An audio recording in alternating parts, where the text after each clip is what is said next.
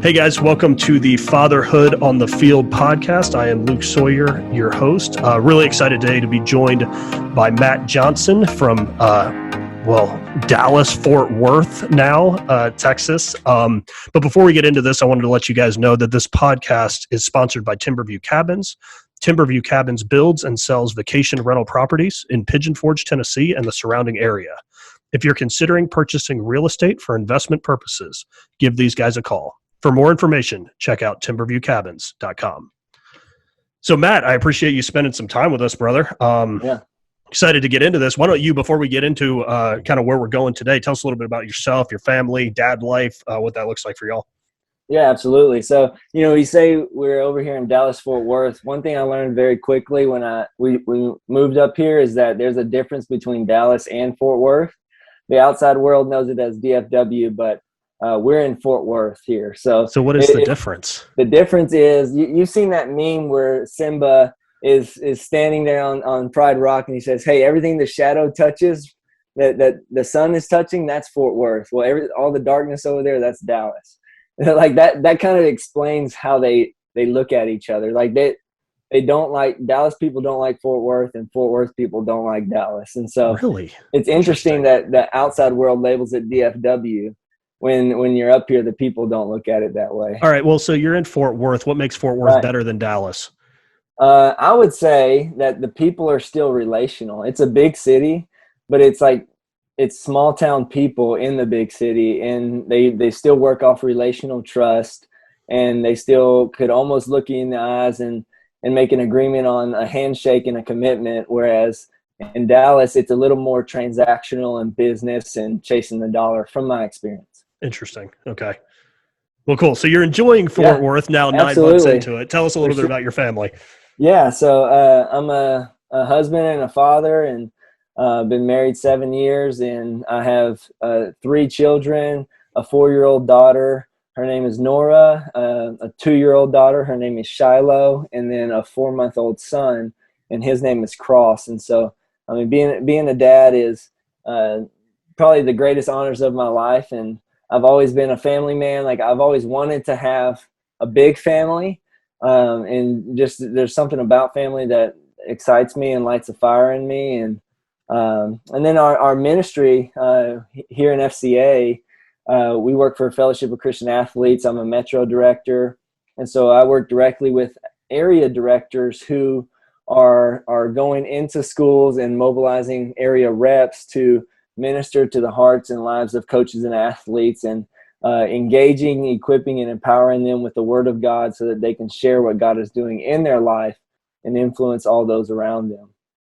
Yeah, that's awesome. And so, I'm excited to have you on here because you're kind of looking at fatherhood and ministry from some different vantage points, right? When it comes to your role with FCA. And I think we met originally through FCA when you came down to the Dominican, probably 5 years ago, something like that? Yeah. But, looking at your role with FCA, working with athletes, athletes at a multitude of different levels, engaging them spiritually, but then also in fatherhood, with your 3 little ones and you and Sarah trying to walk out this family thing and figure out what that looks like. On this podcast thus far, we've kind of hit fatherhood from a couple different angles. And one of the things that, we were talking about immediately prior to starting to record here is kind of the journey that you guys have been walking through here lately with Cross, your youngest, and what it looks like to parent in the midst of, everything going on. So tell us a little bit about kind of the journey you guys have been walking, what's going on, what that looks like for you as a dad in this season. Yeah, absolutely. So just a little backstory on the journey we're going through. As soon as we got here to Fort Worth, we knew we were pregnant when we came up here, but as far as we knew, everything was good to go. As soon as we got here, about 9 months ago, we found out that my son had basically a terminal condition diagnosis where his bladder was obstructed. And basically what that means is that the amniotic fluid was going to dry up and it wouldn't be replenished, and then come complications that come from that. And so since his bladder was blocked, it began to damage his kidneys, and he went into kidney failure. And what was crazy is as soon as we got here, the provision of God, I would just say that he led us to a doctor who was willing to do what they call life-saving measures on it, and they did an amnio infusion on him. And basically that's where they artificially insert amniotic fluid into the womb. And, it was able to be sustained for, 2 weeks time period, where that's extremely crucial early in the pregnancy to the development of the lungs of the baby. And we really didn't know if he was going to make it. They had serious conversations with us. Like basically most people choose not to continue.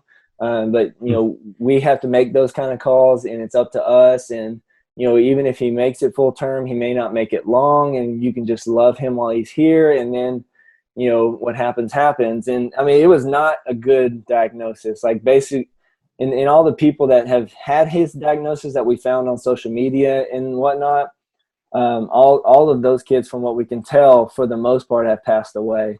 And so we were just really trying to process all of that, and like moving to a new area, don't have friends or family here, trying to answer the call of God in our life. We get this information about our son, and really we're just wrecked. Like we really, I guess you'd say, rocked. It really rocked us. But the whole time it just felt like God was with us in the middle of it. And I think for the first time we got to learn what it was like to be upheld by other people's prayers. Because we should have broke 5 times over,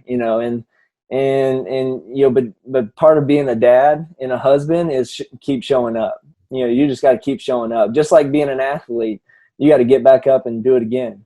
And that's what makes you into a great athlete, is you learn and you keep going forward. And so that's what we did. Every time they come with a diagnosis that was bad, then we would just get back up and come forward and start believing the best and pray against it, and just looking for God in the whole scenario. And one of the things I think was hard about being a dad in this process is, like, we weren't the only ones experiencing it. Our kids were too. And we didn't really know that, because kids aren't the best grievers. Like, they grieve in really weird ways, and they don't even really understand. I mean, at the time, she was a 3-year-old and a 2-year-old processing this. Like, they don't really know that, because the baby's still in the womb, and so they haven't even really met Cross. And so, but they can obviously see mommy and daddy are sad. And so we got to try to figure out how to communicate this to them. We got to try to figure out how to tell them why we're spending so much time away and going to the hospital, and why other people are coming to stay with them, and how they have to go stay with, our parents who are hours away. That was really hard. And I feel like, what I had learned up to this point was, I learned how to be a man by looking at Jesus and how he was a man. And I learned how to be a good husband by learning how Christ loves the church. And I'm learning how to be a good father by looking more at our Heavenly Father and how he loves us. And I say that because, when Jesus leaves the 99 and goes after the one, and sometimes that's hard for us to comprehend, but I saw that differently now, is that I got to explain it to my children that I need them to understand the importance of mommy and daddy going after Cross and doing everything we can to bring him home. And that hit me a little bit differently, honestly. I can feel the emotion coming now. It's just that, like, man, helping our little girls understand that, it just hit you differently. It's just that, man, our whole family was bending towards one who was not with us. And we just wanted to get him home. And so that was a pivotal moment. He was born early, about 2 weeks early. And, that was really scary. It was like, we thought we were going to lose him within the first 48 hours. And then miraculously his lungs stabilized themselves, and we were able to get him home, but not till 3 months after being in the NICU. And so all of that was just a journey. And, being a father and a husband in that, it's, when you get married, you learn how selfish you are, and you die to yourself a little more. And then you have your first kid, and you're like, man, I have to die to myself more. And then you have a second kid, and then here comes a third kid.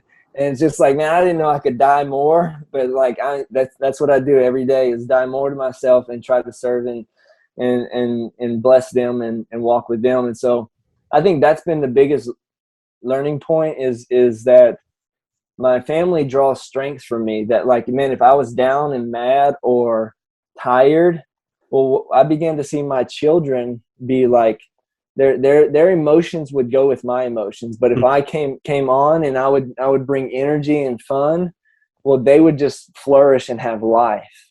And I just began to see the value of me getting it right. Yeah. And part of me getting it right was also telling them that like, hey, daddy is struggling right now.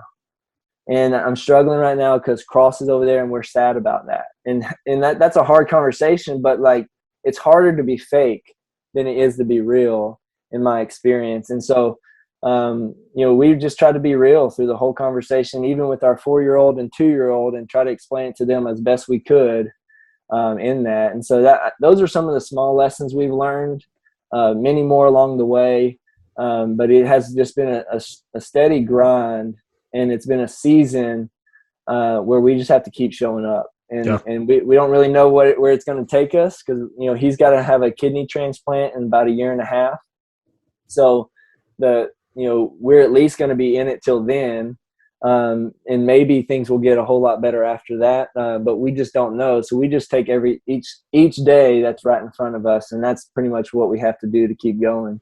Yeah, no, and that's huge. And I think that's something that dads need to hear in a lot of ways. And we were talking about this immediately before we jumped on here.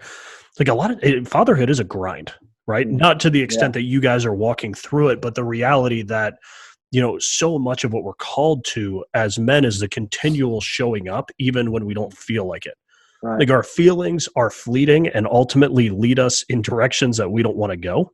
Yeah. So as you've walked this process, and this is different than kind of the questions I was thinking about going with you on, but as you've walked this process and looked at your role of a husband and a father, how has it shifted your thinking in terms of what it literally means now in the moment to sacrificially love your family? Like, tangibly speaking, as dads are listening to this and thinking, hey, I'm going to play golf on Saturday, or I'm going to do X, Y, and Z, and the reality of what it looks like for us to sacrificially love our family.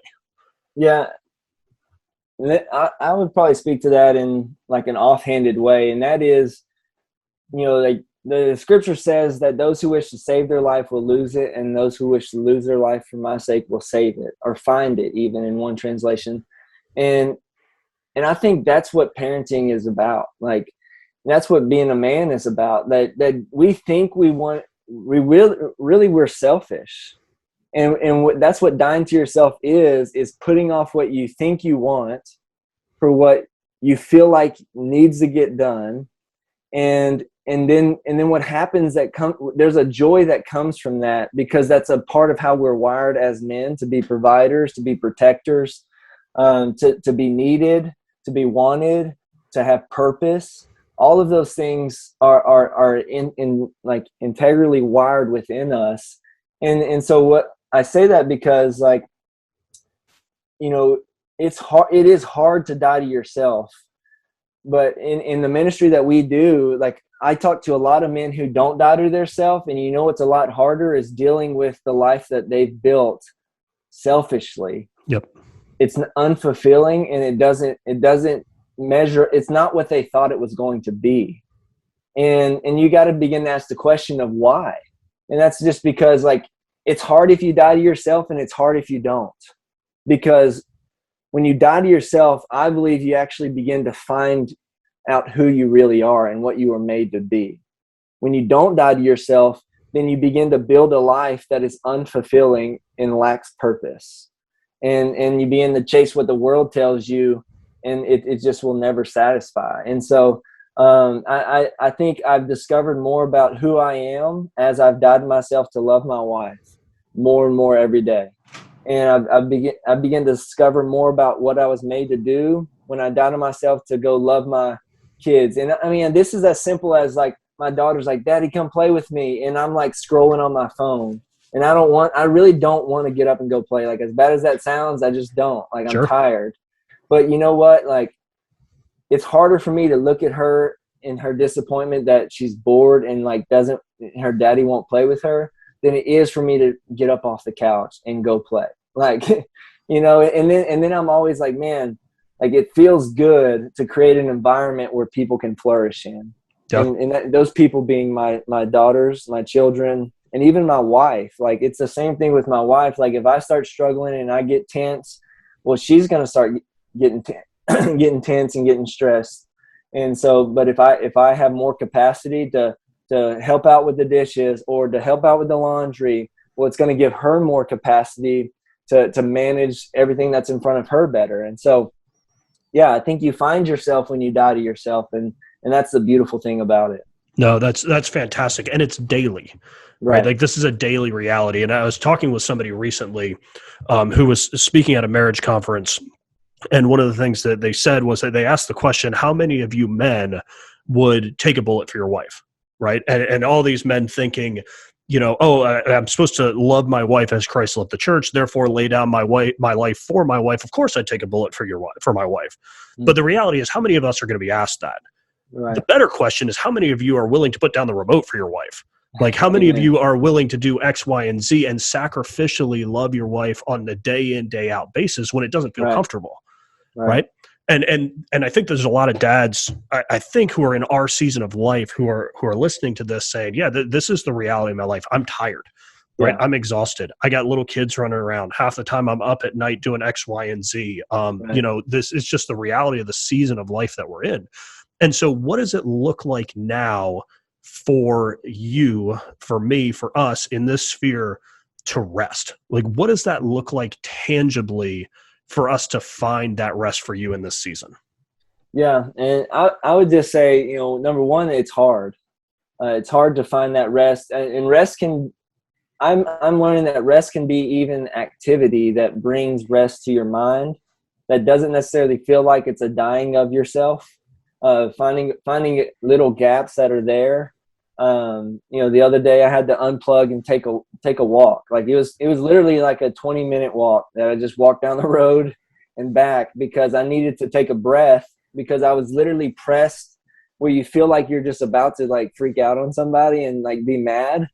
And that's what dying to yourself is pushing that back down. But when you're pressed so hard or squeezed so hard, well, those things are going to naturally come out. And so you have to find a way to manage that.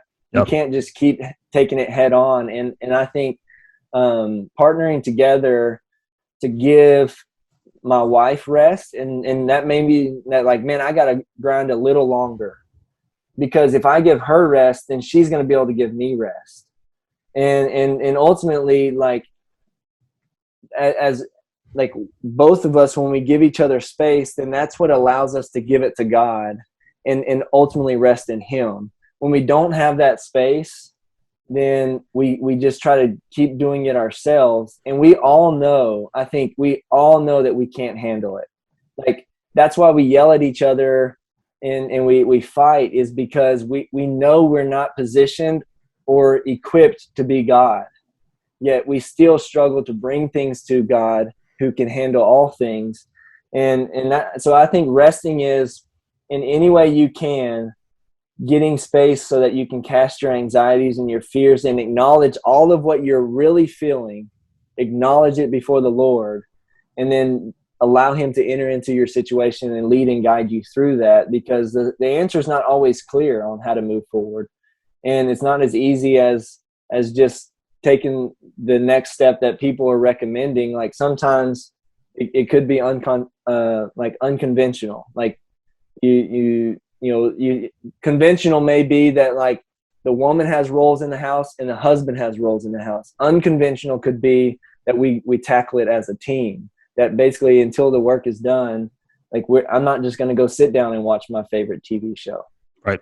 And that's what's going to help create space so that we can rest. Yeah. So now shifting gears a little bit from fatherhood to the ministry athletic world that you live in, one of the beauties I see in sports in general is really the reality that they're not meant to point us to sports. They're meant to point us to something bigger. Right. And as we see now in the season of life that we're in, and the reality of the grind that is fatherhood at times, the grind that is marriage at times, where you continue to show up and you continue to show up. And as you've worked with athletes at high levels, at Division I programs, and you see that grind that they're putting in to say, all right, I'm going to get up at 4:15 this morning so I can be in the gym at 5 or whatever that happens to be. How are those things let me ask you this way, how has fatherhood and the reality of this now impacted the way that you minister to athletes who are in that season? Yeah, I think, when we look at my own personal life, at some point you have to stop reacting to things and you have to get proactive. You got to begin to try to take control of your life and be disciplined. And they say discipline creates freedom.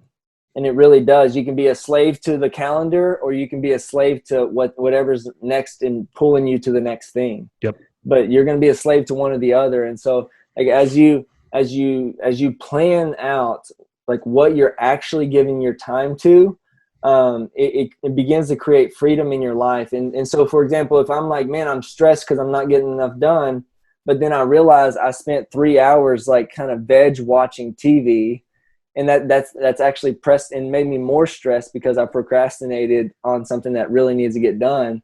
Well, I can take control of that, and I can not watch so much TV, right? And that's going to be work at first, but it's going to produce rest later. Yep. And I would say it's a trade-off, right? Like sometimes it's okay to like unplug and just not have any responsibility and watch a show for a second, but I like the word trade-off, because you have to know when you're saying yes to one thing, you're saying no to another thing. Like if I stay up late, I'm saying no to sleep. If I go to bed early, then I'm putting off work. I mean, that's just the reality of it. And there's pros and cons, right? And so in the same way, I've learned that has produced health in my marriage and in my work life as well. And so when I go to these athletes, they have a lot of pressure to perform at a high level, and they're managing academics as well and trying to maintain a social life. But the reality is they're trying to do it all at once, and they're just reacting to everything, and they don't really know how any other thing is affecting another. So I simply say, like, man, how are you taking control of your life? Like, what are the things you absolutely have to do? Yep. And then what can be cut down? And then once you acknowledge those things, you can begin to say, well, I'm not going to give my time to that because it's taken too much of this away, and I really want that. And so now you get to choose things that you're doing rather than things choosing you and pulling you into it, and you feel like you don't have control of your life. And so I think it's the same thing. The Bible says that you have many guides, but not many fathers. And I look at that and I'm just like, you have a lot of people who are going to tell you what you're doing wrong and maybe what they think you should do, but they're not invested in your life. Like they don't have to deal with the consequences of the choice, whether good or bad. Yep. But a father does. A father is invested in you, and he's trying to understand where you are and what's best for your future and help you make decisions so that you can become who you were made to be. And I would say, like, as we step into the lives of these athletes, that's why coaches let us in, is because they know we care. They know we're going to be invested, that we're not just coming in with a self-help quote to like tell them how they can live better, but we're really helping them process life effectively. And that I believe that has a lot to do with our spiritual walk with the Lord. And, but they see that lived out in my life every single day. And so that's where the power really lies, is that as a man, the whole saying of like, do as I say, not as I do, that's not being a man. That's actually being a child, right? But men are men because they live it out. They answer the call to wake up every day and get it done. Just like an athlete, they wake up every day and they choose to go work hard when no one else is. That's why I love sports, because the same thing it takes to be successful in sports is the same thing it takes to be successful as a Christian and as a man. Is you got to keep showing up every day, learn from your failures, and get better every single day. Yeah, no, that's beautiful. And as we round out our time here, I haven't done this yet on any of the prior episodes here, but I think what I want to do is challenge the men who are listening to this to really take inventory of your life. Where is your time going? What are you modeling for your family? Because the reality is, just as you said, what we model is ultimately what our family is going to walk into. right? We set the temperature in a lot of ways for our home. If you're tense, your family's tense, right? And so the reality for us as dads and as fathers and as men, the question we have to ask ourselves as we lay our head on the pillow at night is, what did I walk out today? What did I prioritize with my time? Did I do what I said I was going to do? And so, Matt, I appreciate you bringing it on here, because I think that's huge for so many dads to hear. Because if we really do take inventory and look back at our day, even on a day in, day out basis, there are so many areas that we're losing ground and losing time. And I don't know if you've ever listened to, I can't remember the specific quote or when he said it, but Matt Chandler did a thing on masculinity. I think it was a sermon at the Village. And one of the things, basically his premise was like, men, you're meant to be tired. Like if you're not tired, you're doing something wrong. You're meant to give your life to something. You're meant to be purposeful in everything you do. And so, Matt, I appreciate having you on here and just how you've walked that out. As we round out our time, is there anything that you would want to leave for dads on here today? Yeah, I would just say that, we are all making disciples if we're honest. It's just a question of what are you actually reproducing? You're reproducing yourself and your children, but what is that? And so I would just challenge you guys that man, if you're reproducing something you don't like, then confess and repent and change the way you think about what it means to be a man, and then start doing it right now. You can, they say the best time to plant a tree was 10 years ago. Well, the next best time is right now. Yep. So just start now doing what you should do, and watch how it brings fruit to your life. Yeah, that's awesome. Well, I appreciate you, brother. Hopefully I can see you in person at some point soon. Yeah, but I appreciate you being on here. And for those of you listening, I appreciate you guys. We'll be out with another episode in the next couple weeks. Have a blessed day.